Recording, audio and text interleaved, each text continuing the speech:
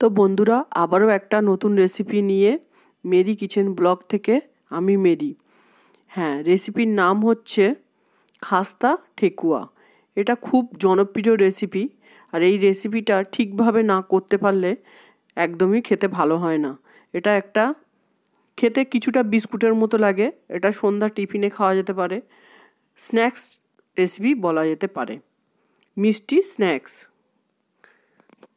তো দেখা যাক আমি কিভাবে এটা বানাবো। দেখতে পাচ্ছ তোলার পর কেমন হয়েছে? ঠিক এরকম হবে, আর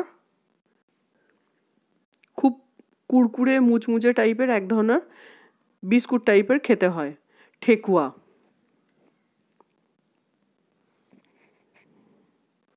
অনেকেরই জনপ্রিয় এই খাবারটা। তো এটা কিভাবে বানাবো তোমরা দেখতে থাকো।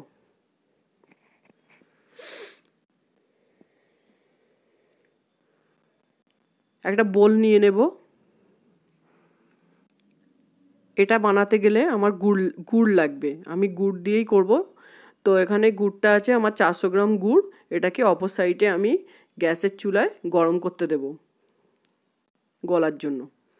অপর দিকে আমি এখানে নিয়ে নেব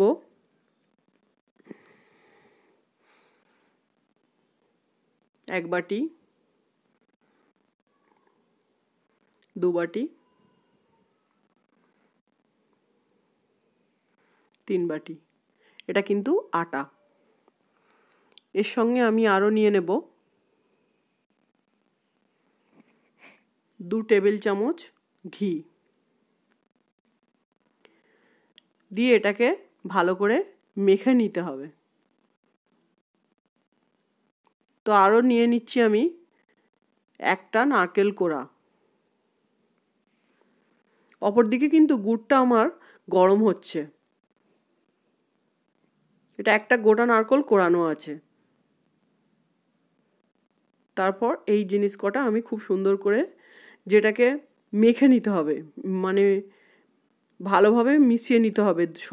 সব মিশ্রণটা সুন্দরভাবে মিশিয়ে নিতে হবে।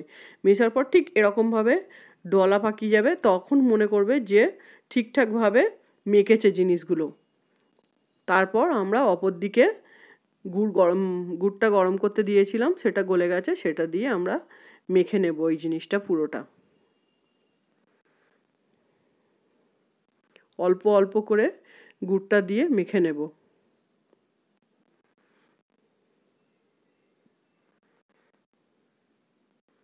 ডোটা ঠিক এরকম দেখতে হবে।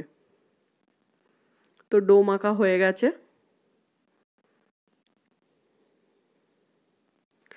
এবারে এরকম করে গড়ে নেব। তুমি যেমন ইচ্ছা শেপ দিতে পারো, আমি এরকমভাবে শেপ দিয়েছি, দিয়ে এটাকে গড়ে নিয়েছি। অপর দিকে তেলটা গরম করে নেব।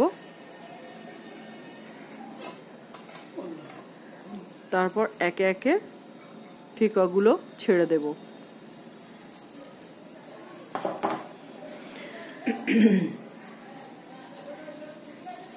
দেখতে ওর স্বাদে সুন্দর হবে বলে উপর থেকে একটু মৌরি ছড়িয়ে দিয়ে ওটাকেও সুন্দরভাবে চেপে দিয়েছি।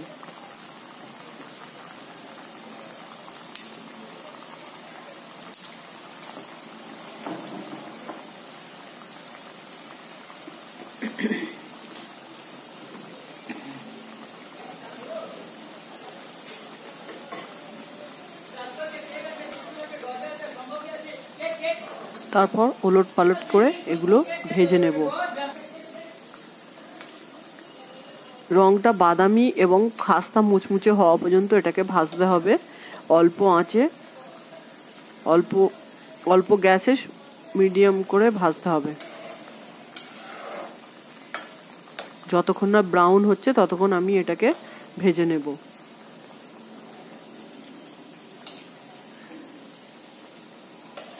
দেখতে পাচ্ছ বন্ধুরা আস্তে আস্তে রংটা কেমন হলো। ধীমে ধীমে ভাজলে এই জিনিসটা খুব ভালো হয়। আর তাড়াহুড়ো করে ভেজে নিলে জোরে গ্যাস দিয়ে কিন্তু ভালো হবে না, ভিতরে কাঁচা থেকে যেতে পারে। তাই অবশ্যই খেয়াল রাখবে এটা ধীরে ধীরে গ্যাসে সময় নিয়ে ভাজতে।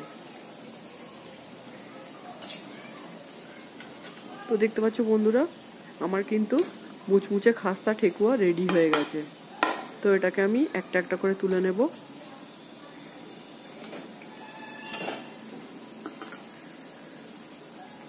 তো রেসিপিটি আমার রেডি হয়ে গেছে। রেসিপিটি ভালো লাগলে একটা কমেন্ট করবে, লাইক সাবস্ক্রাইব করে চ্যানেলটি পাশে থাকবে। নিত্য নতুন রেসিপি পেতে বেল আইকনটা টিপে দেবে।